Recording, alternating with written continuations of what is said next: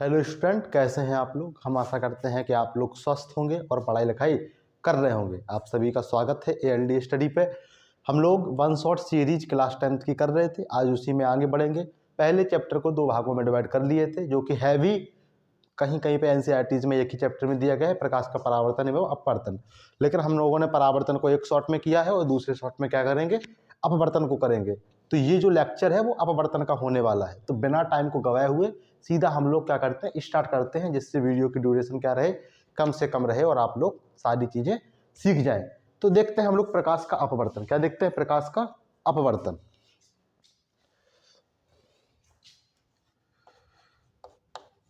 प्रकाश का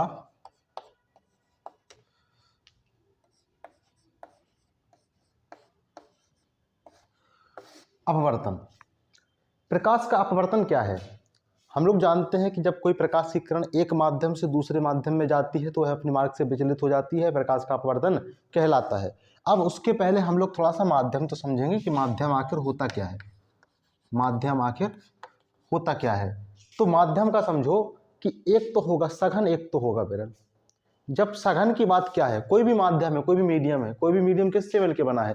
कणों से मिलकर बना है। जैसे हमारी वायु है, वायु में कुछ ना कुछ क्या है, कण है। कांच है, कांच में भी क्या है, कण है। एल्कोहल है, या भी जो भी चीजें हैं जिसमें प्रकाश की किरण क्या हो सकती है, गुजर सकती है, यानी पारदर्शी माध्यम है, उसे हम लोग कहते हैं माध्यम, जिससे प्रकाश चल रहा है, क्योंकि हम लोग प्रकाश को चला रहे हैं। ठीक है। अब एक बात समझो, जैसे तुम लोग दौड़ रहे हो, एक रास्ता है जहाँ पे एकदम कोई नहीं है, खाली रास्ता, वहां पे तुम स्पीड में दौड़ोगे, और जहाँ पे भीड़ है, बाजार है, वहां पे तुम्हारी स्पीड क्या हो जाएगी, कम हो जाएगी। यानी अगर हम लोग व्यक्ति जो भीड़ है उसको कण मान लें और तुमको प्रकाश मान लें, तो कहने का तात्पर्य क्या है, जहां जिस माध्यम में कण क्या होंगे, पास पास होंगे, उसे हम लोग सघन कह देंगे, जिसमें प्रकाश की चाल क्या होगी, कम होगी। और विरल क्या होगा माध्यम? विरल वो होगा जिसमें प्रकाश के कण क्या होंगे, दूर दूर होंगे। लेकिन इसके कंपैरिजन में हमें कम से कम 2 माध्यमों की आवश्यकता पड़ेगी, जिससे हम लोग क्या करेंगे, कंपैरिजन करेंगे कौन सा सघन है, कौन सा विरल है। तभी तो पता चलेगा कि इससे ज्यादा इसमें कण है और इससे इसमें क्या है, कम कण है। क्योंकि अगर मार्केट की बात करो, उससे ज्यादा कहीं पे पैसेंजर ट्रेन देख लो वो ज्यादा सघन हो जाएगा। तो हम लोग क्या करेंगे, माध्यम कम से कम 2 लेंगे, जिसके सापेक्ष होगा। क्या होगा? सापेक्ष माध्यम होता है। एक माध्यम के दूसरे माध्यम के सापेक्ष तुलनात्मक रूप में बताते हैं कौन सा सघन है, कौन सा विरल है। ठीक है। जैसे लिखा है N21, क्या लिखा है, N21, तो इसे बोलते हैं दूसरे माध्यम का अपवर्तनांक। दूसरे माध्यम का अपवर्तनांक, अपवर्तनांक पहले माध्यम के सापेक्ष, पहले माध्यम के सापेक्ष। कहने का मतलब क्या है, उल्टा भी लिख सकते हो कि पहले माध्यम के सापेक्ष दूसरे माध्यम का अपवर्तनांक, एक्चुअली है दूसरे माध्यम का अपवर्तनांक। जैसे देखो, अगर तुम यहाँ पे NWA लिख दो, W मतलब वाटर, A मतलब एयर, तो तुम यहाँ पे क्या लिखोगे, NA/NW। बात समझ में आई? अब एक बात और समझो कि प्रकाश की चाल की बात हो रही है, सघन में कम रहेगी, विरल में ज्यादा रहेगी। तो यहाँ पे क्या हो जाता है, V/A/V/W, यानी प्रकाश की चाल एयर में और प्रकाश की चाल वाटर में। जब भी हम लोग किसी एक माध्यम की बात कर रहे होते हैं, कोई भी तुलनात्मक रूप में दूसरा माध्यम नहीं दिया रहता है, तो उसे या तो निर्वात के सापेक्ष मानते हैं या तो वायु के सापेक्ष मानते हैं। वायु निर्वात लगभग लगभग क्या रहता है, सेम रहता है। ठीक है। तो अगर हम लोग NM की बात कर रहे हैं, NM की बात कर रहे हैं, तो उसका फॉर्मूला क्या हो जाएगा, C/V हो जाएगा। क्या हो जाएगा, C/V। C क्या है, C है हमारा निर्वात में प्रकाश की चाल। निर्वात, निर्वात क्या है, वैक्यूम, जहां पे कोई भी माध्यम ही नहीं है, उसे हम लोग कहते हैं निर्वात में प्रकाश की चाल। प्रकाश की चाल, जो कि जानते भी हैं क्या होता है, 3×10⁸ मीटर पर सेकंड होती है। V का कोई मतलब भी यहाँ पे नहीं है। NCERT में एक सारणी दी गई है वाटर का, गिलास का, हर चीज का, उसको रट्टा मारने की कतई आवश्यकता नहीं है, कोई जरूरत पड़ेगी नहीं। लेकिन ऐसा समझो, हम लोग जानते हैं कि N ऑफ निर्वात, निर्वात को क्या लिख लो, एयर लिख लो, एयर सबसे कम होता है। क्या होता है, सबसे कम होता है। उसके बाद होता है N ऑफ वाटर, उससे ज्यादा होता है N ऑफ गिलास, गिलास बोले तो कांच। उसके बाद होता है N ऑफ एल्कोहल। ऐसे करके हमारा क्या होता चला जाता है, बढ़ता चला जाता है। ठीक है, इसमें कोई दिक्कत नहीं।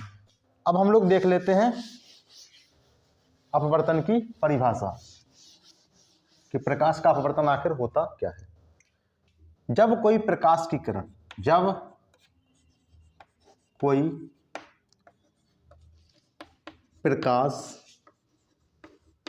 किरण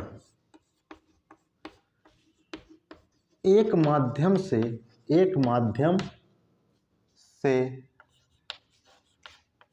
दूसरे माध्यम में प्रवेश करती है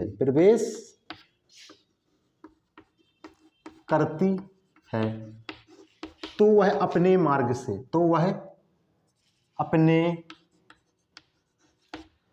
मार्ग से क्या हो जाती है, विचलित हो जाती है, यानी भटक जाती है। जिस रास्ते में जाना तो उस रास्ते में नहीं जाती, दूसरे रास्ते में चली जाती है, मार्ग से विचलित हो जाती है। देखो, एक माध्यम मान लो अगर ये है और एक माध्यम मान लो अगर ये है। कोई प्रकाश की चाल इस प्रकार जा रही थी। अब देखो, प्रकाश की चाल सीधी जा रही है तो सीधे इसको इस तरह से जाना चाहिए, लेकिन ये क्या करती है, अगर हम लोग इस सतह पे ऐसे 90 डिग्री पे मान लें एक अभिलंब, क्या मान लें, अभिलंब, तो ये प्रकाश की चाल क्या हो जाती है, अपने मार्ग से भटक जाती है, इस प्रकार भटक गई। अब देखो, ये दो प्रकार से भटक सकती है, या तो दूर चली जाए अभिलंब के, या तो अभिलंब के पास आ जाए। इसके अकॉर्डिंग हम लोग डिसाइड करेंगे कि प्रकाश की किरण सघन माध्यम से विरल माध्यम में जा रही है कि विरल माध्यम से सघन माध्यम में जा रही है। क्यों? जब कोई प्रकाश की किरण सघन से विरल में जाती है तो ऐसे समझो, सघन मतलब वो क्या थी, बंधी हुई थी, भीड़ में थी, और जब वो आजाद हुई तो क्या होगी, दूर भागेगी। आजाद होगी तो दूर भागेगी। जब कोई, जैसे मान लो कि पिंजरे में तोता बंद है तोता बंद है, अब अगर पिंजरा खोलोगे यानी उसको आजाद करोगे, पिंजरा सघन है, वो बाहर क्या है, विरल है, तो वो हमसे दूर भागेगा, क्या होगा, दूर भागेगा। और अगर कोई प्रकाश की किरण विरल से सघन में जा रही है तो वो अभिलंब की ओर आ जाएगी, क्या आ जाएगी, अभिलंब की ओर। खैर, ये कॉन्सेप्ट फिजिक्स का है नहीं, ये तो हम लोगों ने सिर्फ एक एग्जाम्पल रूप में लिया है। कॉन्सेप्ट ये है कि जब कोई प्रकाश की किरण सघन से विरल में जा रही है तो वो अभिलंब से दूर हटेगी, यानी ये जो चीज बनी है वो सघन से विरल में जा रही है। और जब कोई प्रकाश की किरण विरल से सघन में जा रही है तो अभिलंब की ओर आ जाएगी। ये हमारा कॉन्सेप्ट है, ठीक है ना। तो नोट लिखो, ये तो खैर हम लोगों ने समझ लिया। इस प्रकाश की किरण को बोलते हैं आपतित किरण। आपतित किरण। इस प्रकाश की किरण को बोलते हैं अपवर्तित किरण। क्या बोलते हैं, अपवर्तित किरण। और ये है हमारा अभिलंब यानी नॉर्मल। क्या है, नॉर्मल। थोड़ी बहुत इंग्लिश चलती है। देखो, आपतित किरण यानी इंसिडेंट रे और नॉर्मल के बीच का जो एंगल होता है वो होता है एंगल आई। इंसिडेंट का क्या लिए, आई लिए। और रिफ्रैक्टेड रे, रिफ्लेक्टेड नहीं, रिफ्रैक्टेड रे और नॉर्मल के बीच का जो एंगल है वो हो जाता है एंगल आर। ठीक है। अब एक बात समझो, नोट डाल के लिखो, नोट डाल के, स्पेशल नोट है। जब प्रकाश की किरण जब प्रकाश की, नोट नंबर फर्स्ट, जब प्रकाश की किरण सघन से विरल में जाती है, सघन माध्यम से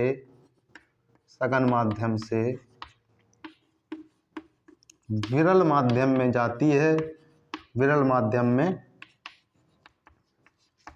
जाती है तो अपने मार्ग से, यानी क्या बोलो तो अविलंब से, तो अविलंब से दूर हट जाती है। तो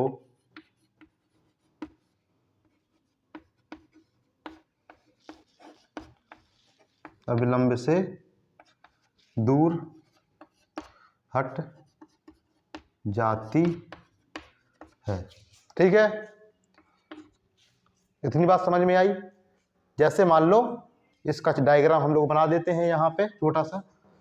ये मान लो क्या है, कोई प्रकाश की किरण इस प्रकार जा रही थी और ये है अविलंब, तो क्या हुई, सघन से विरल में जा रही है तो अविलंब से इस प्रकार दूर हट गई। ठीक है ना। ये है हमारा सघन और ये है हमारा विरल, दिख रहा है। ठीक है, इतनी बात क्लियर। अब देखते हैं हम लोग दूसरा, जब प्रकाश की किरण विरल से सघन में जा रही है, जब प्रकाश की किरण जब प्रकाश की किरण विरल माध्यम से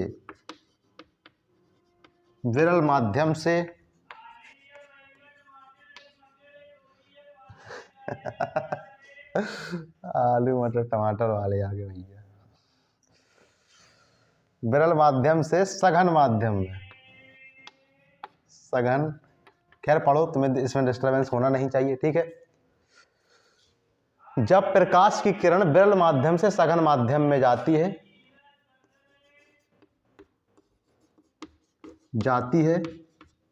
तो अभिलंब की ओर झुक जाती है, अभिलंब की ओर झुक जाती है,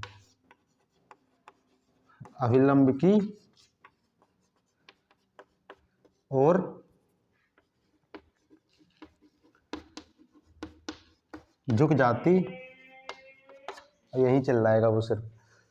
देखो फिर भी ये हमारा क्या है, दोनों माध्यम को डिवाइड कर रहा है। कोई प्रकाश की किरण इस प्रकार जा रही है, ये क्या है, मान लो अविलंब है, तो इसको जाना तो सीधा चाहिए था, लेकिन ये क्या हो गया, चला गया, ऐसे चला गया, पास में झुक गया अविलंब के। This is angle r, this is angle i, ठीक है। इतनी बात लिखो, फिर हम लोग देखते हैं अपवर्तन के नियम।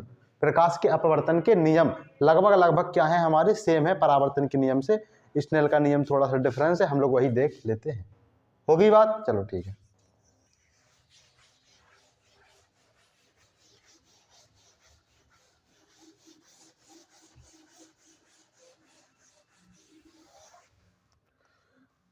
अपवर्तन के नियम,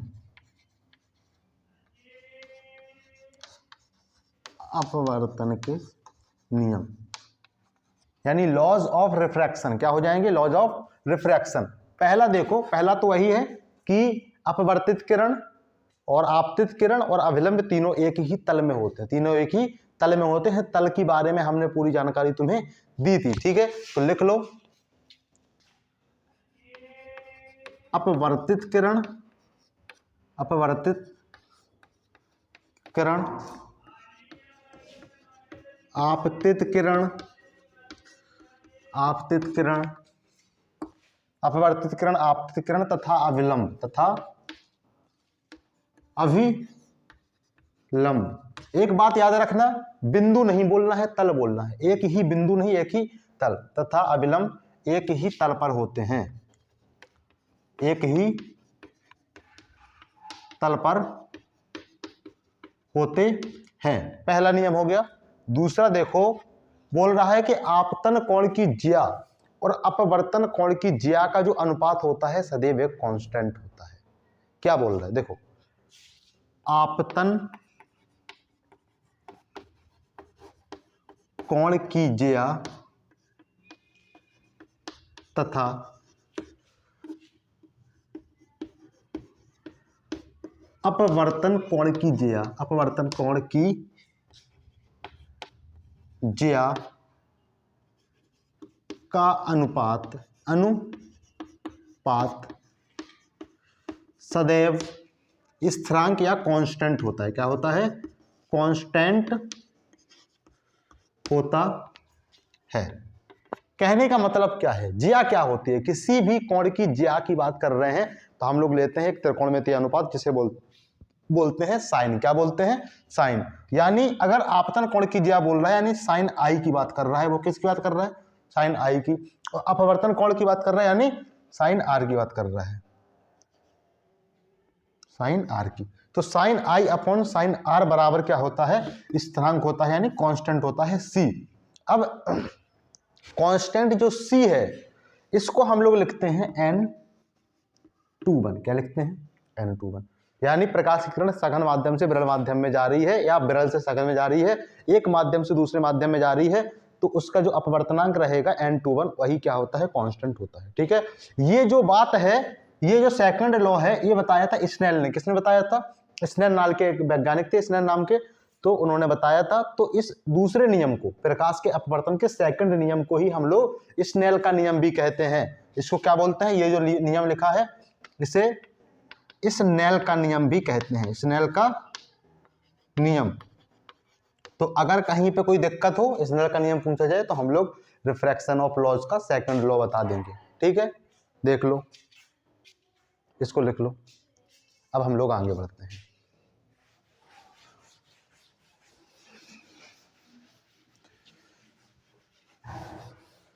प्रकाश के अपवर्तन की घटनाओं के ऊपर हम लोगों को लेंस सीखना है। दर्पण तो हम लोग पढ़ लिए हैं, परावर्तन पे दर्पण पढ़ लिए हैं। इस पे हम लोग क्या करेंगे, लेंस सीखेंगे। क्या लेंस। तो लेंस में स्पेशली हम लोग गोलीय लेंस को सीखेंगे। किसको सीखेंगे, गोलीय लेंस। गोलीय लेंस क्या होता है, जब दो पारदर्शी तथा गोलीय सतहें एक दूसरे को ढके हों, जब दो गोलीय सतहों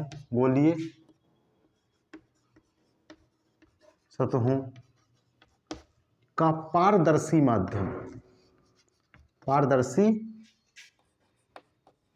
माध्यम लेंस कहलाता है। दो गोलीय सतहों का पारदर्शी माध्यम क्या कहलाता है, लेंस कहलाता है। दोनों ही कंडीशन फुलफिल होनी चाहिए, गोलीय भी हो तथा पारदर्शी भी हो। मान लो तुमने लोहे से एक बनाई और दूसरी भी लोहे से बना दी, तो क्या लेंस रह जाएगा, नहीं। वो क्या होना चाहिए, पारदर्शी होना चाहिए तथा गोलीय भी होना चाहिए। इसके आधार पर लेंस काफी प्रकार के बन जाते हैं। जैसे एक अगर सतह गोलीय है, दूसरी अगर कम है, तो एक बन जाता है समतला उत्तल, ठीक है, समतला अवतल, उत्तला अवतल, अवतला उत्तल। इस प्रकार से बहुत सारे लेंस हमारे बन जाते हैं। लेकिन हम लोगों को सिर्फ दो ही लेंस सीखने हैं, एक तो उत्तल लेंस, दूसरा अवतल लेंस, ठीक है। तो लेंस किस प्रकार से, इस प्रकार से, एक गोलीय ऐसा हो सकता है कि दोनों क्या हो, उभरी हुई सतह हो, एक हो सकता है कि दोनों क्या हो, धंसी हुई सतह हो। इन बारे में हम लोगों को जानना है। ये क्या है, हमारा उत्तल लेंस है। क्या लेंस है, उत्तल लेंस। और ये चीज क्या है, हमारी अवतल लेंस। क्या है, अवतल लेंस, ठीक है। उत्तल लेंस के बारे में थोड़ी सी जानकारी हम लोग ले लेते हैं। उत्तल लेंस क्या होता है, उसकी दोनों सतहें उभरी हुई होती हैं। जैसे उत्तल लेंस दोनों सतहें कैसी होती हैं, दोनों सतहें उभरी होती हैं। आगे भी बहुत सारी जानकारी हम लोग लेंगे। दूसरा देखो, अवतल लेंस दोनों सतहें, क्या, दोनों सतहें धंसी होती हैं। कैसी होती हैं, धंसी होती हैं। एक बात समझो पहले, उत्तल लेंस जो होता है वो प्रकाश की किरणों को क्या करता है, एक जगह पे मिलाता है, यानी उसे बोलते हैं अभिसारित करता है। तो इस उत्तल लेंस को हम लोग एक नाम से बोलते हैं, जो कि इंपॉर्टेंट बात है, जिसे बोलते हैं अभिसारी लेंस।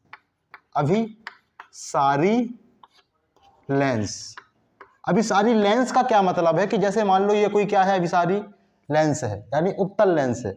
जब कोई प्रकाश की किरण इस प्रकार से आ रही होंगी, किसी भी प्रकार से आ रही होंगी, ये क्या करता है, उनको अपवर्तित करते एक जगह पे क्या होता है, मिलाता है, ठीक है, यानी उनको एक दूसरे पे अभिसारित करता है, अभिसारित। और ये जो अवतल लेंस होता है, इसको हम लोग बोलते हैं अपसारित लेंस। क्या होता है, अपसारित लेंस। अपसारित का मतलब होता है कि ये क्या करता है, फैलाव करता है, प्रकाश की किरणों का फैलाव करता है। जैसे मान लो ये क्या है, कोई हमारा अवतल दर्पण है, तो प्रकाश की किरणें इस प्रकार आ रही हैं, तो इस प्रकार क्या हो जाती हैं, चली जाती हैं, ठीक है ना। ये होता है हमारा अपसारित लेंस, इसीलिए हम लोग अवतल लेंस को बोलते हैं अपसारित लेंस, ठीक है। इतनी बात क्लियर, ठीक है। अब हम लोग देखते हैं, थोड़ा शब्दावली देख लेते हैं, लेंस में क्या क्या होते हैं। ये तो अभी देखो पृष्ठभूमि चल रही है, धीरे धीरे हम लोग सारी चीजें क्लियर करते चलेंगे। अभी थोड़ा देख लो शब्दावली। क्या देख लो, शब्दावली। किसी भी लेंस को समझने के लिए उसकी शब्दावली क्या है, अति आवश्यक है। कोई भी एक लेंस ले लो, हम लोग ले लेते हैं उत्तल लेंस, ले लेते हैं, क्या लेते हैं, उत्तल लेंस। उत्तल लेंस को जस्ट बीचों बीच उसका क्या होता है, एक प्रकाशिक केंद्र होता है, जैसे हम लोग ओ बोलते हैं। क्या बोलते हैं, ओ बोलते हैं। इसको बोलते हैं प्रकाशिक केंद्र। क्या बोलते हैं, प्रकाशिक केंद्र। जस्ट दो भागों में, दो तलों में डिवाइड करते हुए प्रकाशिक केंद्र से एक निकलता है मुख्य अक्ष। क्या निकलता है, मुख्य अक्ष निकलता है। इस प्रकार निकलता है एक मुख्य अक्ष। इसे क्या बोलते हैं, मुख्य अक्ष। अब बात आती है फोकस दूरी और वक्रता केंद्र की। तो सोचो इसमें दो सतहें गोलीय हैं, एक तो ये वाले गोले से बना होगा ये इस प्रकार, वो एक तो इस गोले से मिलके बना होगा। बात समझ में आई? जब दो गोलों से मिलके ये क्या बना है, लेंस बना है, तो इसके दो तो होंगे वक्रता केंद्र, एक तो कहीं पे इधर होगा, इसको बोल दो C1, एक कहीं पे इधर होगा, इसको बोल दो C2।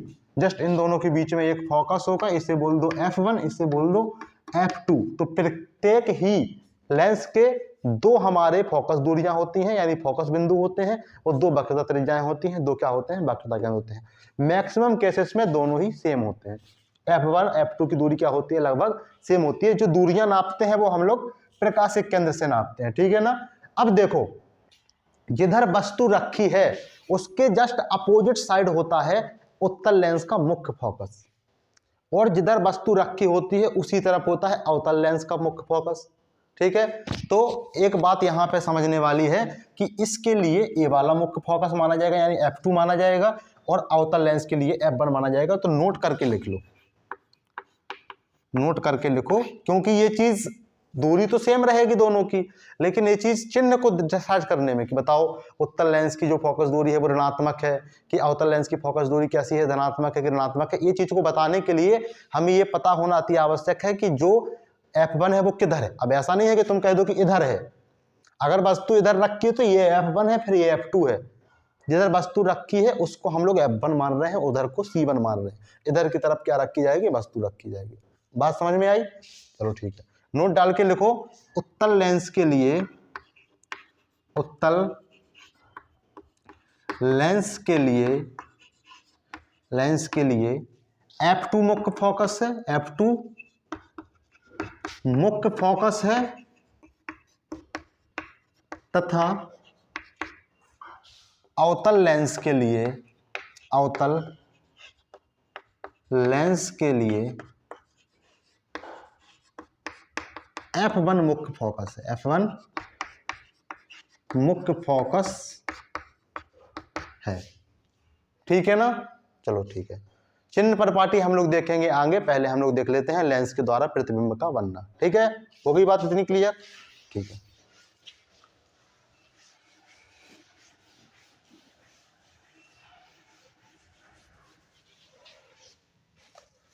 लेंस के द्वारा प्रतिबिंब का बनना। तो हम लोग पहले देख लेते हैं गोलीय लेंसों से प्रतिबिंब बनने के नियम देख लेते हैं। गोलीय लेंसों से, गोलीय लेंस से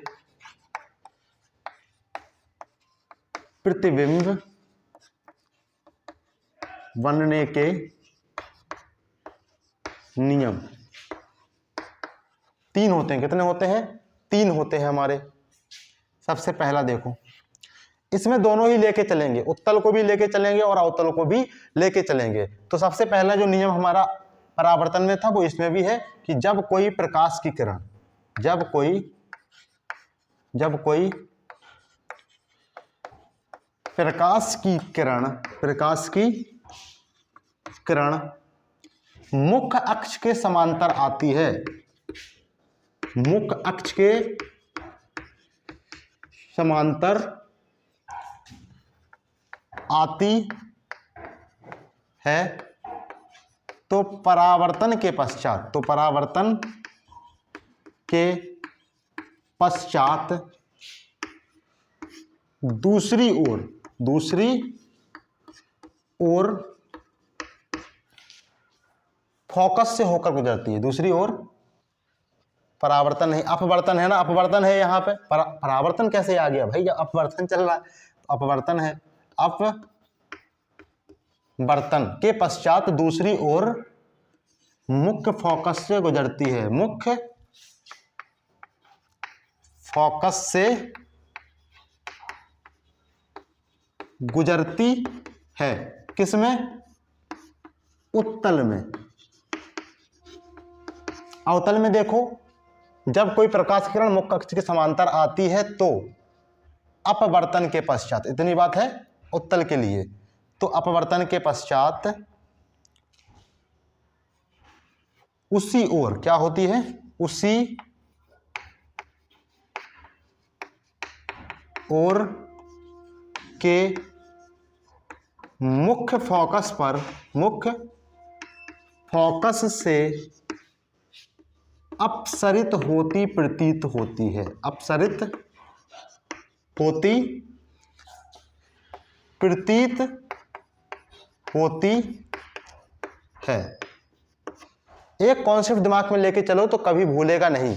उत्तल लेंस मतलब अवतल दर्पण, अवतल लेंस मतलब उत्तल दर्पण। चीजें मैक्सिमम सेम मिलेंगी तुम्हें। मैक्सिमम क्या मिलेंगी? सेम मिलेगी। तो देखो प्रतीत होती हैं, जैसे डायग्राम बनाओ, पहले उत्तल का बनाओ। ये उत्तल दर्पण, मुख्य अक्ष प्रकाश की कोई किरण समांतर आ रही है, अपवर्तन के पश्चात कहां से जानी है? मुख्य फोकस से जानी है, यानी F2 से होकर जानी है। यहाँ कहीं पे क्या होगा?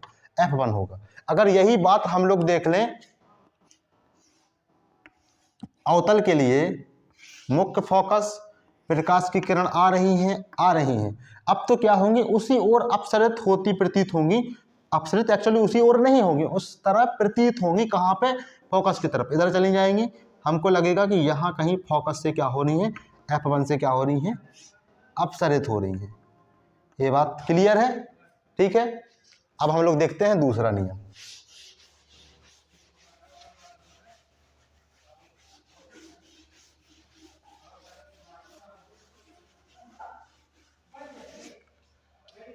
जब कोई प्रकाश की किरण, दूसरा देख लो, जब कोई प्रकाश की किरण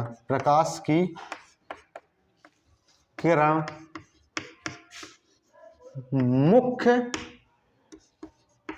फोकस से जाती, किसमें? उत्तल में, या जाती हुई प्रतीत होती है, जाती हुई प्रतीत होती है, तो अपवर्तन के पश्चात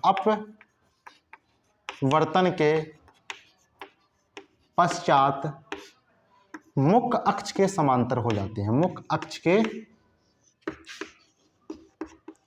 समांतर हो जाती हैं, समांतर हो जाती है। यानी जब कोई प्रकाश की किरण उत्तल लेंस में, क्योंकि उत्तल लेंस में तो उत्तल लेंस में सीधा रहेगा, तो वो जब कोई प्रकाश की किरण मुख्य फोकस से जाती हुई प्रतीत होगी तो अवतल लेंस में, और जा रही है तो उत्तल लेंस में अपवर्तन के पश्चात मुख्य अक्ष के समांतर होने जानी है। वेन डायग्राम समझो। ये क्या है? उत्तल लेंस है, कोई प्रकाश की किरण यहां पे मान लो F1 है, यहां पे क्या है? F2 है। कोई प्रकाश की किरण ऐसे जा रही है, अपवर्तन के पश्चात इस प्रकार समांतर होकर चली जाएगी। लेकिन अगर यही बात हम लोग अवतल के लिए कर रहे हैं, F2 क्या है? F2 कोई प्रकाश की किरण ऐसे आ रही है, लगेगा कि वो किस पे गिर रही है? फोकस पे गिर रही है, तो अपवर्तन के पश्चात मुख्य अक्ष के समांतर होकर चली जाएगी। ठीक है ना? ये बात क्लियर हुई। हम लोग तीसरा नियम देख लेते हैं। पहला वाला और तीसरा नियम बहुत इंपॉर्टेंट है। ये वाला इतना इंपॉर्टेंट नहीं है, याद तो होना चाहिए। पहले और तीसरे नियम से हम लोग सारे के सारे क्या बना लेंगे? प्रतिबिंब बना लेंगे, और हमें कोई दिक्कत भी होने वाली नहीं है। ठीक है ना? चलो ठीक है।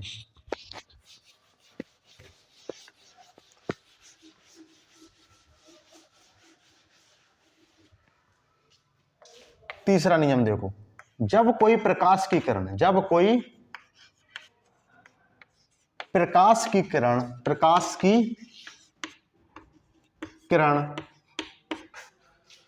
ध्रुव से होकर गुजरती है, ध्रुव नहीं, अब देखो यहां पे ध्रुव को हम लोग क्या बोल रहे हैं? प्रकाशिक केंद्र बोल रहे हैं। प्रकाश की किरण प्रकाशिक केंद्र से होकर गुजरती है, प्रकाशिक केंद्र से होकर गुजरती है, तो अपवर्तन के पश्चात कोई भी विचलन नहीं होता। तो अपवर्तन के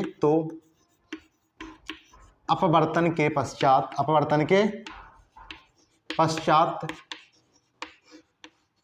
कोई भी विचलन नहीं होता, कोई भी विचलन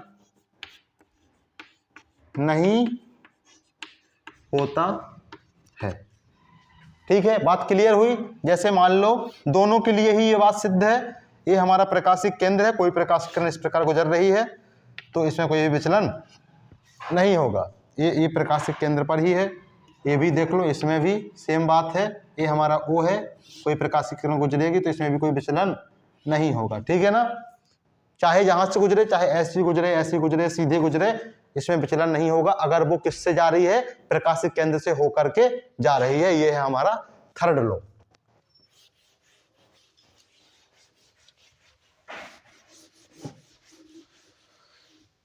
एक बार रिपीट करते हैं, हम लोग नियम को रिपीट करते हैं, नियम क्योंकि बहुत ज्यादा जरूरी है। हम लोग अब उत्तल लेंस से और अवतल लेंस से क्या बनाने जा रहे हैं, प्रतिबिंब को बनाने जा रहे हैं, जो कि इस चैप्टर का मेन भाग है। यहाँ से लॉन्ग क्वेश्चंस भी बनते हैं, दीर्घ भी बनते हैं, और कैसे बनते हैं, हमारे छोटे लघु क्वेश्चंस भी बनते हैं, ऑब्जेक्ट टाइप्स भी बन सकते हैं, सारे प्रकार के क्वेश्चंस बनते हैं। परावर्तन से भी बनते हैं, लेंस से कहाँ प्रतिबिंब बन रहा है, कोई वस्तु अनंत पे है तो कहाँ बनेगा, कैसा बनेगा, और लेंस से भी प्रतिबिंब बनने की स्थितियों में हमारे क्वेश्चंस आते हैं। ठीक है, तो हम लोग पहले रूल देख लेते हैं, क्योंकि रूल के अकॉर्डिंग चलेंगे तो हमें याद भी नहीं रखना है, सारी की सारी चीजें क्या रहेंगी, कॉन्सेप्ट बेस्ड हमारे दिमाग में याद रहेंगी। तो पहला नियम क्या है, जब कोई प्रकाश की किरण लेंस से समांतर आ रही है उत्तल लेंस में, तो वह परावर्तन के पश्चात दूसरी ओर फोकस से होकर गुजरेगी। और अगर अवतल लेंस में ऐसा हो रहा है कि वो समांतर आ रही है, तो हमें ऐसा लगेगा, ऐसे निकलेगी कि उसी ओर के फोकस से होकर वो क्या हो रही है, अपसरित हो रही है। सेकंड लॉ क्या है, जब कोई प्रकाश की किरण उत्तल लेंस में मुख्य फोकस से होकर आएगी या फोकस से होकर आएगी, तो वह परावर्तन के अपवर्तन के पश्चात मुख्य अक्ष के से क्या हो जाएगी, समांतर हो जाएगी। और जब कोई प्रकाश की किरण अवतल लेंस में मुख्य फोकस से आती हुई प्रतीत होगी, ऐसा लगेगा कि मुख्य फोकस पे गिर रही है, लेकिन बीच में लेंस रहेगा, अपवर्तन होकर वो मुख्य अक्ष के समांतर हो जाएगी। थर्ड लॉ है, दोनों के लिए ही सेम है, जब कोई प्रकाश की किरण प्रकाशिक केंद्र से गुजरेगी तो उसमें कोई भी विचलन नहीं होगा, सीधे गुजर जाएगी अपने मार्ग में बिना विचलित हुए। ठीक है ना, अब देख लेते हैं, पहले बनाते हैं अवतल लेंस से प्रतिबिंब का बनना। अवतल लेंस से प्रतिबिंब का बनना, प्रतिबिंब का बनना। देखो दो स्थिति होती हैं। सबसे पहली स्थिति क्या होती है, जब वस्तु अनंत पे हो। दूसरी स्थिति होती है जब वस्तु अनंत और प्रकाशिक केंद्र के बीच में हो। अवतल से देख रहे हैं, अवतल में यानी उत्तल परावर्तन की, उत्तल दर्पण की जो स्थिति होती दो होती थी, एक तो कहाँ होती थी, अनंत पे, दूसरी कहाँ होती थी, ध्रुव और अनंत के बीच में। लेकिन यहाँ पे तो कहोगे सर जी कि चारों, उधर भी प्रकाशिक केंद्र है, उधर भी फोकस है, उधर भी वक्रता केंद्र है, तो उधर क्यों नहीं रख रहे हो? रख तो देंगे, लेकिन जो प्रतिबिंब बन रहा है वो कॉमन प्रतिबिंब बन रहा है। कहीं भी रखो, प्रतिबिंब कहाँ बन रहा है, प्रकाशिक केंद्र और अनंत के बीच में ही बन रहा है। तो क्या जरूरत है सारा डेटा याद करने की, हमारे पास दर्पण सूत्र याद है ही लेंथ के लिए, दूरियों के लिए। तो जब कॉमन स्थिति है तो सबके लिए कॉमन ले लेंगे, किसमें, अवतल में, और उत्तल के लिए अलग अलग है तो उसके लिए अलग अलग ले लेंगे। तो दो स्थिति होती हैं, जब वस्तु अनंत पे हो, जब वस्तु अनंत पर हो पहली होगी, और जब वस्तु कहां हो, जब वस्तु अनंत तथा प्रकाशिक केंद्र के बीच हो, प्रकाशिक केंद्र के बीच हो। इतनी बात क्लियर दोनों स्थितियों के लिए। देखो ये क्या है, हमारा अवतल लेंस है, ये हमारा O है। एक तो होगा कि वस्तु क्या है, बहुत दूर है, फर्स्ट स्थिति। सेकंड स्थिति कहीं भी यहां पे मान लो। ठीक है, क्लियर है, चलो ठीक है, क्लियर है। हम लोग पहली स्थिति से प्रतिबिंब का बनना देखते हैं। अवतल लेंस में ये है हमारा क्या है, अवतल लेंस है, मुख्य अक्ष खींच दो, वस्तु मान लो कि अनंत पे है। अनंत पे है मतलब क्या है, प्रकाश की सारी प्रकाश की किरणें क्या हो रही हैं, समांतर आ रही हैं। ठीक है, दो किरणों को भेज दिए। अब जब ये अपवर्तन होगा तो इस प्रकार होगा कि लगेगा कि ये कहां से जा रही हैं, फोकस से जा रही हैं। ठीक है, यहां पे मिलेंगी नहीं, यहां पे मिलेगी नहीं, यहां भी समांतर ही जाएंगी। कैसे जाएंगी, समांतर ही जाएंगी। पीछे लगेगा F1 पे मिल रही है। देखो प्रतिबिंब यहाँ पे आभासी बन रहा है, सीधा बन रहा है तथा वस्तु से बहुत छोटा बन रहा है, यानी बिंदु जैसा बन रहा है। कैसा बन रहा है? बिंदु जैसा। तो पहले तो देख लो प्रतिबिंब की स्थिति, तो जब वस्तु अनंत पर होगी तो प्रतिबिंब कहाँ बनेगा? F1 पर बनेगा, F1 पर बनेगा। दूसरा देखो, बस प्रतिबिंब के गुण देख लो, छोटा बनेगा, छोटा यानी बिंदु के जैसा। कैसा देखोगे? बिंदु के जैसा। और देख लो कि आभासी बनेगा। कैसा बनेगा? आभासी तथा सीधा, आभासी तथा सीधा। इतनी बात क्लियर? ठीक है। दूसरा देख लो, जब वस्तु अनंत तथा प्रकाशिक केंद्र के बीच में हो, जब वस्तु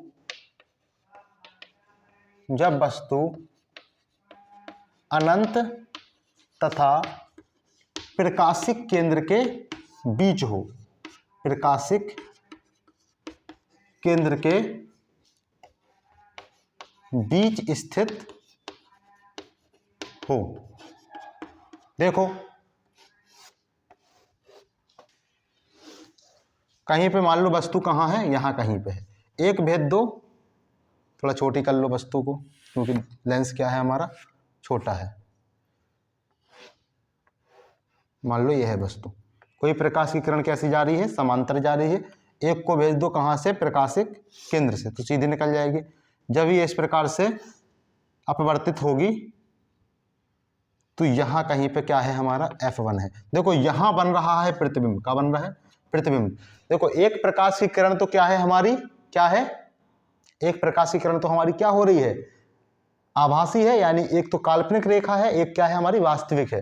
हकीकत में ये आभासी से ही बन जाता है, क्योंकि जब कोई प्रकाश की किरण एक माध्यम से दूसरे माध्यम में जाती है तो उसका कुछ भाग परावर्तित भी हो जाता है। और दूसरी चीज, ये भी तो प्रकाश ही है वस्तु से निकलने वाला, तो प्रतिबिंब हमारा यहां बनेगा। कैसा बन रहा है? आभासी, सीधा और वस्तु से छोटा।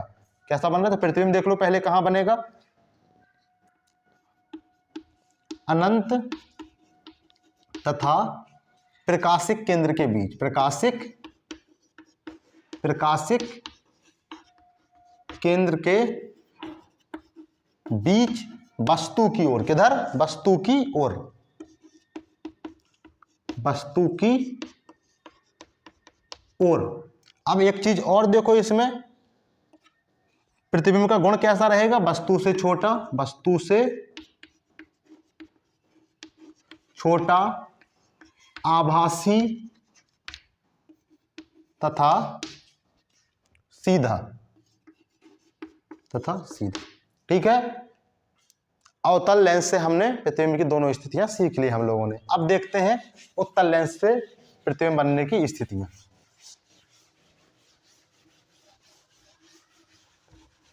उत्तल लेंस से प्रतिबिंब बनने की 6 स्थितियां होती हैं। देखो, उत्तल लेंस से प्रतिबिंब बनने की 6 स्थितियां होती हैं। कितनी होती हैं? 6 स्थितियां होती है। कैसे होती हैं? देखो, उत्तल लेंस है, प्रकाशिक केंद्र है, F1, C1, यहां कहीं पे अनंत। पहले तो होगी कि प्रतिबिंब कहां है? वस्तु कहां है? अनंत पे है, पहली स्थिति। वस्तु कहां है? अनंत और C1 के बीच में है, दूसरी स्थिति। C1 को ही हम लोग 2F1 भी बोल देते हैं। क्यों? क्योंकि जस्ट इसकी डबल दूरी पे है, तो 2F1 भी बोल देते हैं, यानी बोल देते हैं वस्तु कहां है? अनंत और 2F1 के बीच में है, तो भी कंफ्यूज नहीं होना है। तीसरी स्थिति क्या हो जाएगी? C1 पे या 2F1 पे। चौथी स्थिति क्या हो जाएगी? C1 तथा F1 के बीच में, यानी 4 पे। F1 पे यानी 5 स्थिति हो गई, F1 और O के बीच में, यानी 6वीं स्थिति हो गई। इतनी हमारी स्थितियां हैं, 6 स्थितियां हैं। पहली स्थिति से हम लोग क्या करते हैं? कवर करते हैं। पहली स्थिति हमारी क्या है? जब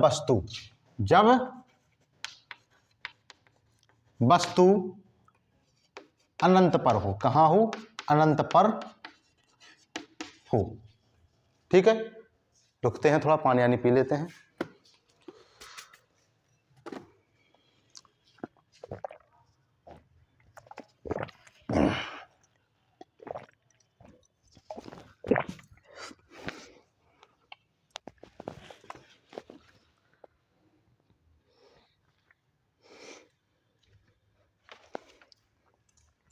जब वस्तु कहाँ हो, अनंत पर हो।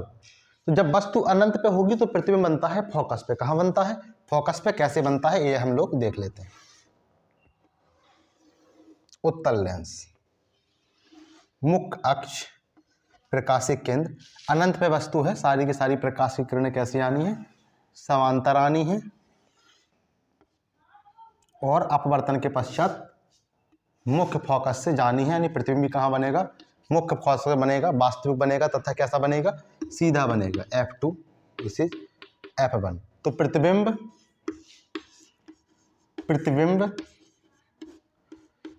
F2 पर बनेगा। प्रकृति क्या होगी उसकी, वास्तविक बनेगा,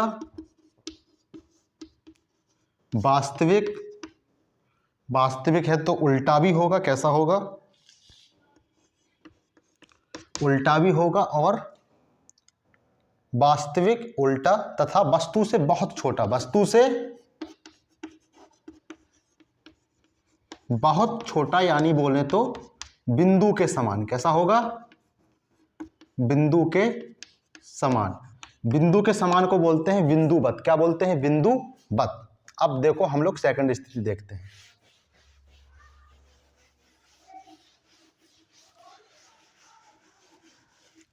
जब वस्तु अनंत तथा C1 के बीच हो, C1 के बीच में हो, जब वस्तु अनंत तथा C1 के बीच में हो, तो देखो ये है C1, ये है F1, कहीं यहां पे वस्तु है। रूल के अकॉर्डिंग एक तो भेज दो कैसा, समांतर, और एक कैसा भेज दो, प्रकाशिक केंद्र से भेज दो। ठीक है,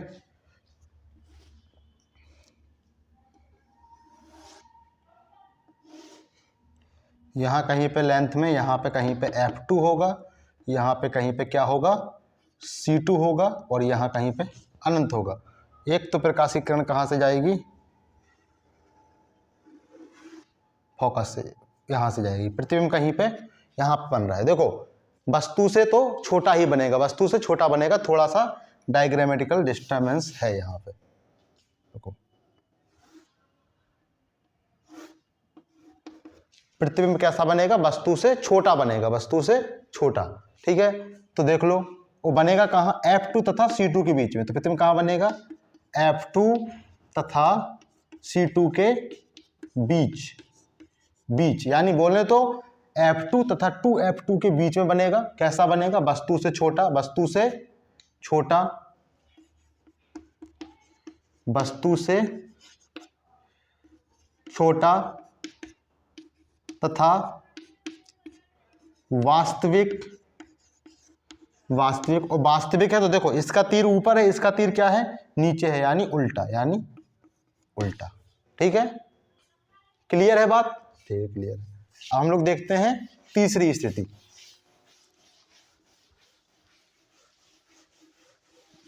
जब वस्तु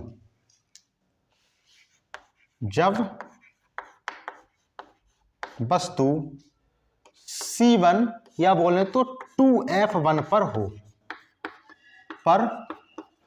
तो क्या होना है सीन, देखो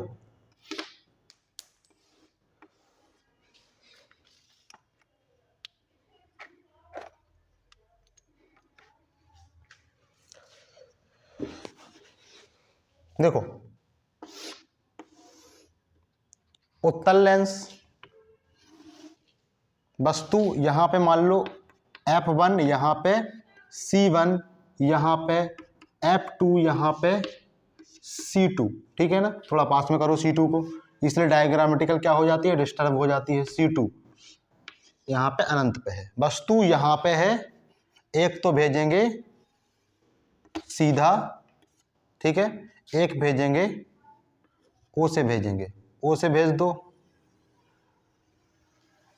ऐसे गुजरेगा। एक यहां से जाएगी तो कहां से गुजरेगी, F1 से गुजरेगी। ये तो जाने कैसे बन गया रुको दोबारा से इसको बनाते हैं, डिजाइन करते हैं। ठीक है,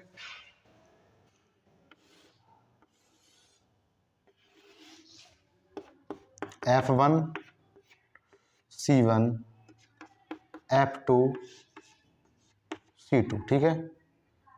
वस्तु यहाँ पे रखी है, एक जाएगा समांतर, एक जाएगी O से।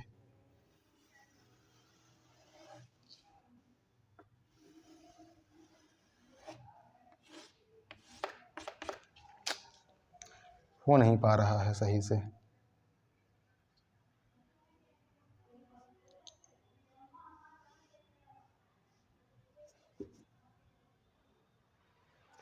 देखो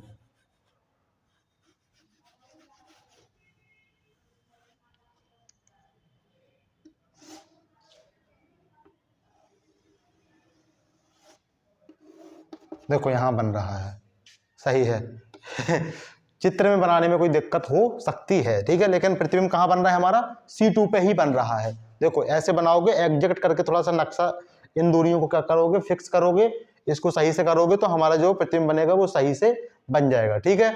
तो देखो यहाँ पे जब कोई वस्तु कहाँ पे है, C1 पे है, तो प्रतिबिंब कहाँ बनेगा, C2 पे बनेगा, वस्तु के बराबर बनेगा तथा उल्टा बनेगा तथा वास्तविक बनेगा। तो प्रतिबिंब कहाँ बनेगा, C2 पर बनेगा। और कैसा बनेगा, वस्तु के बराबर, वस्तु के बराबर। अरे अवतल दर्पण से जब प्रतिबिंब बनाए थे, जब कोई वस्तु वक्रता केंद्र पर थी तो प्रतिबिंब कहाँ बना था, वक्रता केंद्र पर बना था, वस्तु के बराबर, उल्टा तथा वास्तविक। सेम कंडीशन यहाँ पे है, C2 पर बनेगा वस्तु के बराबर तथा उल्टा और कैसा बनेगा, वास्तविक बनेगा। कैसा बनेगा, वास्तविक बनेगा, ठीक है। कोई दिक्कत नहीं इसमें। अब देखते हैं C2 तथा F1 के बीच में है, जब कोई वस्तु कहाँ है, C2 तथा F1 के बीच में है।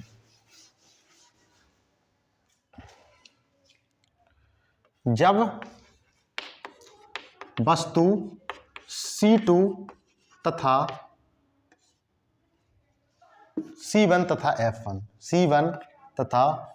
F1 के मध्य हो, F1 के मध्य हो। जब कोई वस्तु C1 तथा F1 के मध्य हो तो देख लो, this is O, F1 C1। कोई वस्तु यहाँ पे रखी हुई है, एक को भेज दो समांतर, एक को भेज दो प्रकाशिक केंद्र से। तो ये कहाँ से जानी है, यहाँ पे कहीं पे F2, यहाँ पे कहीं पे C2। ये निकल गई F2 से, ठीक है, ये निकल गई प्रकाशिक केंद्र से। देखो ये धीरे धीरे क्या आ रही हैं, पास में आ रही हैं, यहाँ कहीं पे मिल जाएंगी, यानी यहाँ पे मिल जाएंगी। यानी प्रतिबिंब कहाँ बन रहा है, C1 तथा अनंत के बीच में, C1 तथा अनंत के बीच में प्रतिबिंब बन रहा है, ठीक है। तो प्रतिबिंब कहाँ बनेगा, C2 तथा अनंत के बीच बनेगा। कैसा बनेगा, वस्तु से बड़ा बनेगा। कैसा बनेगा, वस्तु से बड़ा बनेगा तथा उल्टा बनेगा। कैसा बनेगा, उल्टा बनेगा। और हकीकत में प्रकाश की किरणें क्या होंगी, मिलेंगी तो वास्तविक भी बनेगा, वास्तविक भी बनेगा, ठीक है। आई बात समझ में कि जब कोई वस्तु C1 तथा F1 के बीच में है तो प्रतिबिंब कहाँ बनेगा, C2 तथा अनंत के बीच में बनेगा, यानी वक्रता केंद्र और अनंत के बीच में बनेगा। या बोले C2 को तो 2F2 तथा अनंत के बीच में बनेगा, वास्तविक बनेगा, वस्तु से बड़ा बनेगा तथा उल्टा बनेगा, ठीक है। अब देख लो, जब वस्तु F1 पर हो, जब वस्तु F1 पर हो,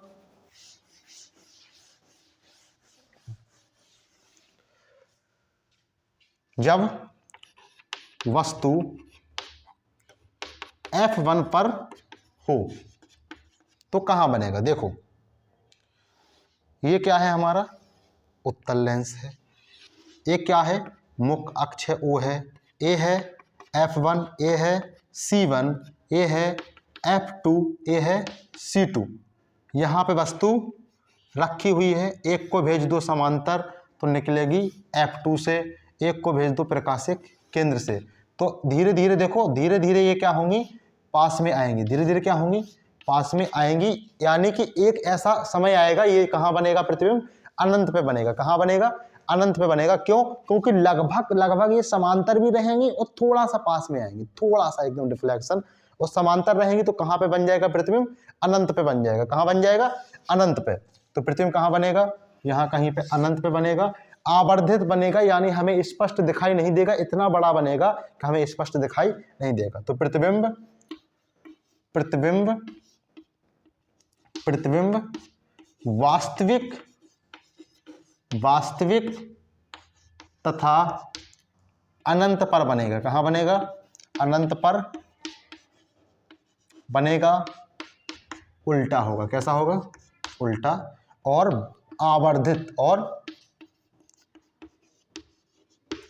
आवर्धित बोले तो बहुत बड़ा। कैसा होगा? बहुत बड़ा।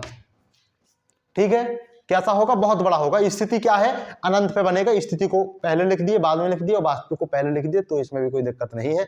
हम लोग जानते हैं प्रतिबिंब कैसा बनेगा? अनंत पे बनेगा, बहुत ज्यादा बड़ा बनेगा, इतना बड़ा बनेगा कि उसको हम लोग आवर्धित बोलेंगे। ठीक है, और उल्टा तो बनेगा ही अगर वास्तविक में प्रकाश की किरणें मिलेंगी तो। अब देख लेते हैं लास्ट चीज, जब वस्तु F1 तथा O के बीच में हो। जब वस्तु F1 तथा O के बीच में हो, जब वस्तु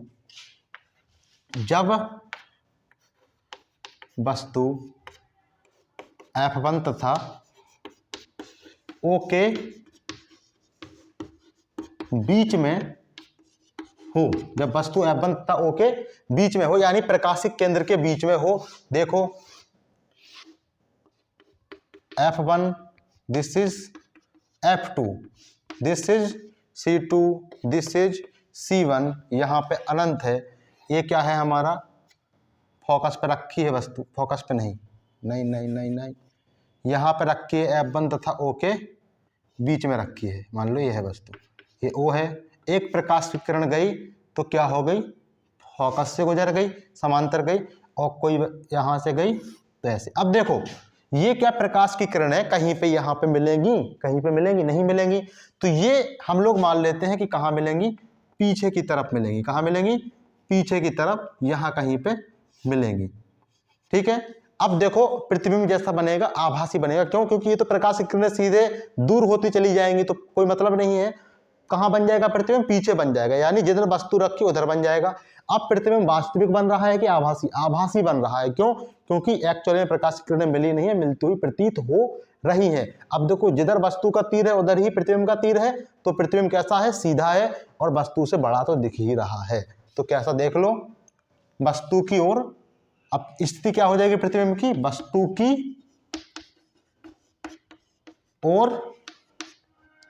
की ओर, और कैसा बनेगा?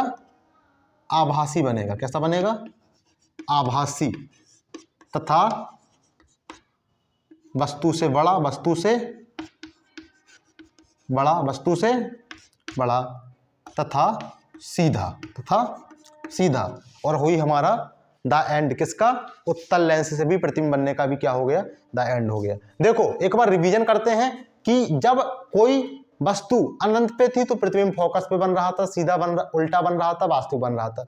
जब वस्तु अनंत तथा C1 के बीच में थी तो प्रतिबिंब कहां बन रहा था? C1 तथा अनंत के बीच में, F2 तथा C2 के बीच में, F2 तथा C2 के बीच में, फोकस से थोड़ा सा हट गया। जब वस्तु अनंत पे थी तो फोकस पे, और जब वस्तु अनंत तथा C1 के बीच में थी तो प्रतिबिंब कहां बन रहा था? F1, F2 तथा C2 के बीच में, वास्तविक तथा वस्तु से छोटा तथा उल्टा। ठीक है, अब जब वस्तु C1 पे आ गई थी तो प्रतिबिंब C2 पे बन रहा था, वस्तु के बराबर उल्टा तथा वास्तविक। जब वस्तु F1 तथा C1 के बीच में आई थी तो प्रतिबिंब कहां बन रहा था? C2 तथा अनंत के बीच में बन रहा था, वस्तु से बड़ा हो गया था, वास्तविक तथा उल्टा। जब वस्तु फोकस पे आई तो प्रतिबिंब अनंत पे बना था, इतना बड़ा बना था प्रतिबिंब कि वो आवर्धित हो गया था, और जब वस्तु F1 तथा O के बीच में आई तो प्रतिबिंब फिर वहां बन ही नहीं रहा था, पीछे बन रहा था, वास्तविक बन रहा था। कैसा? आभासी बन रहा था और सीधा बन रहा था। ठीक है, इतनी दिक्कत। अब हम लोग देख लेते हैं लेंस सूत्र, देखते हैं आवर्धन, देखते हैं। 3 हमारे पॉइंट बचे हैं। उसके पहले एक बहुत जरूरी चीज देखनी है, वो हमारी ये रहेगी चिन्ह परिपाटी। क्या देखना है? चिन्ह परिपाटी। चिन्ह परिपाटी के अकॉर्डिंग ही हम लोग क्वेश्चंस को सॉल्व करेंगे दर्पण लेंस सूत्र से। ठीक है, देखो चिन्ह परिपाटी को समझने के लिए एक बात समझो कि जिधर वस्तु रखी है तो उधर की दूरियां हमेशा नापी जाएंगी, ओ से नापी जाएंगी। कहां से नापी जाएंगी? ओ से। और वस्तु अगर इधर रखी है तो इधर से इधर की दूरियां क्या हो जाएंगी? नेगेटिव हो जाएंगी। अगर सेम चीज वस्तु इधर रखी है तो इधर की दूरियां भी क्या होंगी? नेगेटिव होंगी। लेकिन जब वस्तु इधर रखी है तो इधर की सारी दूरियां नेगेटिव, तो इधर की सारी दूरियां पॉजिटिव, ठीक है। तो ऊपर की सारी दूरियां पॉजिटिव, तो नीचे की सारी दूरियां नेगेटिव। आई बात समझ में?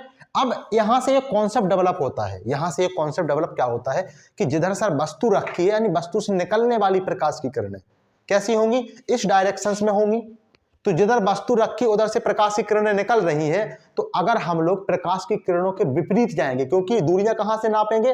प्रकाश के केंद्र से नापेंगे। तो जब हम लोग प्रकाश की जो किरणें हैं उनके विपरीत जाएंगे तो हमें दूरियां नेगेटिव में नापनी है, और अगर हम उनके साथ उनके डायरेक्शंस में जाएंगे तो हमें दूरियां पॉजिटिव नापनी है। और ऊपर की दूरियां तो हमारी पॉजिटिव होती हैं, नीचे की दूरियां नेगेटिव होती हैं, ठीक है। तो देख लो, ये बात समझ में आ गई होगी पूरी। जिधर से प्रकाश की किरणें ऐसे निकली तो देखो हम लोग इधर से इधर की दूरियां नापेंगे तो नेगेटिव में नापेंगे, और देखो प्रकाश की किरणें इधर चली जाएंगी तो हम लोग इन्हीं की डायरेक्शंस में नापेंगे तो पॉजिटिव में नाप लेंगे, ठीक है। लेंस सूत्र क्या होता है? लेंस सूत्र होता है 1/v minus 1/u equal to 1/f। थोड़ा सा दर्पण से क्या है कंफ्यूजिंग वाला है। दर्पण में होता है 1/v plus 1/u equal to 1/f, लेकिन यहां पे क्या है? माइनस लगा हुआ है, 1/v माइनस 1/u। यहां पे v क्या है? प्रतिबिंब की स्थिति, प्रतिबिंब की स्थिति। u क्या है? वस्तु की स्थिति, वस्तु की स्थिति। और f क्या है? फोकस दूरी। f क्या है? फोकस दूरी, ठीक है, सही बात है। आवर्धन देख लो। आवर्धन, आवर्धन, आवर्धन तो सीधा होता है प्रतिबिंब, प्रतिबिंब की साइज तथा वस्तु की साइज का अनुपात, वस्तु की साइज का अनुपात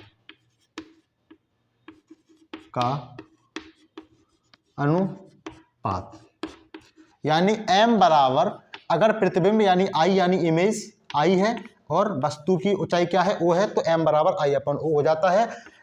और दर्पण में हम लोग -v/u लिखते थे, यहां पे सीधा v/u हो जाता है, ठीक है। हम लोग यहां से निकाल भी सकते हैं, u और f के पदों में भी निकाल सकते हैं, v और f के पदों में भी निकाल सकते हैं। कैसे?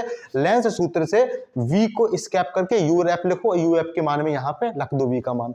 u के लिए u का मान निकाल लो दर्पण सूत्र से, और v और f के पदों में रख दो, तो v और f के पदों में भी आवर्धन का मान आ जाएगा, ठीक है। आवर्धन की बात करें तो देखो हाइट क्या है? ऊपर जो आभासी रहेगा प्रतिबिंब सारे पॉजिटिव बनेंगे, यानी हमारे अवतल लेंस से बनने वाले जो आवर्धन होते हैं सारे के सारे पॉजिटिव होते हैं। उत्तल लेंस से सारे के सारे नेगेटिव होते हैं, एक में पॉजिटिव होता है जब वस्तु फोकस तथा प्रकाशिक केंद्र के बीच में हो। इतनी दिक्कत हमें होनी नहीं चाहिए। अब देखो फोकस दूरी की बात करो। फोकस दूरी की बात, फोकस दूरी की अगर बात करें कौन सी ऋणात्मक होती है कौन सी धनात्मक होती है, तो हम लोग कहेंगे कि अवतल लेंस की जो फोकस दूरी होती है वो कैसी होती है? ऋणात्मक होती है, और उत्तल लेंस की फोकस दूरी होती है वो धनात्मक होती है। क्यों? क्योंकि जब प्रकाश किरणें समांतर भेजती है तो जहां पे प्रकाश किरणें मिलती हैं या मिलती हुई प्रतीत होती हैं वही क्या होता है? हमारा मुख्य फोकस होता है। और प्रकाश के केंद्र से मुख्य फोकस तक की दूरी क्या होती है? हमारी फोकस दूरी होती है।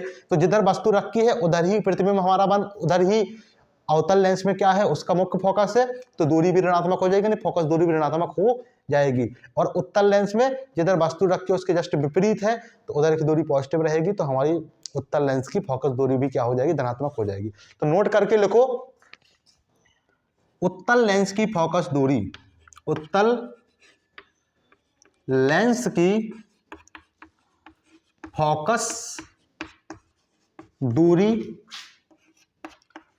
धनात्मक होती है। कैसी होती है? धनात्मक होती है तथा अवतल लेंस की फोकस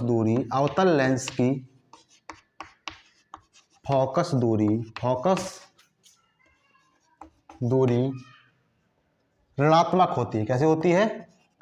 ऋणात्मक होती है। ठीक है। दर्पण की क्षमता देख लो, 1/f होता है। क्या होता है? दर्पण की क्षमता 1/f।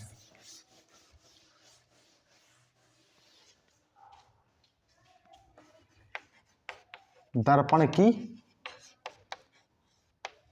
क्षमता P बराबर 1/f। ये क्या होती है? मीटर में होती है। किस में होती है? मीटर में। यानी अगर हम लोग एक डायोप्टर की बात करें, एक डायोप्टर यानी इसका जो मात्रक होता है, क्षमता का जो मात्रक होता है वो क्या होता है? डायोप्टर होता है। मात्रक क्या होता है? डायोप्टर। तो जब हम लोग बात करें कि एक डायोप्टर बराबर क्या होता है, एक डायोप्टर जब होता है जब फोकस दूरी जब f बराबर 1 होता है, f बराबर 1 होता है। ठीक है। जब फोकस दूरी 1 मीटर होती है तो हमारी जो क्षमता होती है वो एक डायोप्टर होती है। यहां से हमारा क्या हुआ? चैप्टर खत्म हुआ। ठीक है ना? कोई दिक्कत इसमें? कोई दिक्कत नहीं। पढ़ाई लिखाई करते रहना है और हम लोग मिलेंगे अगले लेक्चर में एक नया चैप्टर लेकर के। ठीक है ना? तब तक आप लोग बने रहो, पढ़ाई लिखाई करते रहो, 1 शॉट पे सारा रिवीजन कर डालो। वो जिसने नहीं पढ़ा है वो अपने इसके नोट्स बना करके भी पढ़ लो। अभी थोड़ा सा टाइम है, तब तक ओके बाय। ठीक है, मिलते हैं अगले लेक्चर में, तब तक के लिए ओके बाय।